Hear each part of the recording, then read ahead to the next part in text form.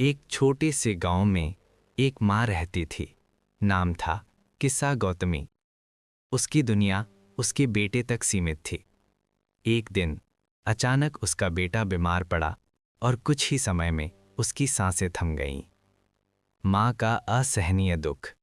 किस्सा गौतमी मानने को तैयार नहीं थी कि उसका बेटा मर चुका है।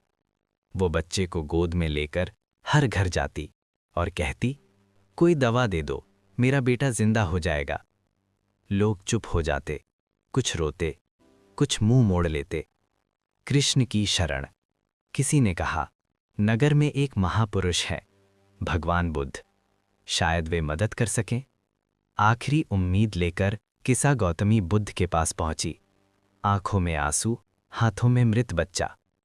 बुद्ध की शर्त। बुद्ध ने करुणा से देखा और कहा, मैं तुम्हारे बच्चे को ठीक कर सकता हूं। मां की आंखों में उम्मीद जग गई। बुद्ध बोले, लेकिन एक शर्त है, मुझे एक मुट्ठी सरसों के दाने लाओ, ऐसे घर से जहां कभी मौत ना हुई हो। गांव की यात्रा। किस्सा गौतमी दर दर गईं। पहला घर, यहां पिता मरे थे। दूसरा घर, यहां मां। तीसरा घर, यहां बच्चा। हर घर में किसी ना किसी की मृत्यु हुई थी।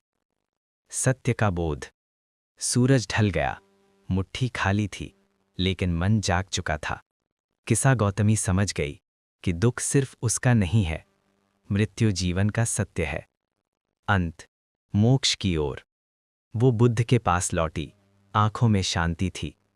बुद्ध बोले, जो जन्मा है उसे जाना ही है, ज्ञान ही दुख से मुक्ति है। किस्सा गौतमी बुद्ध की शिष्या बनी और शांति को पा गई।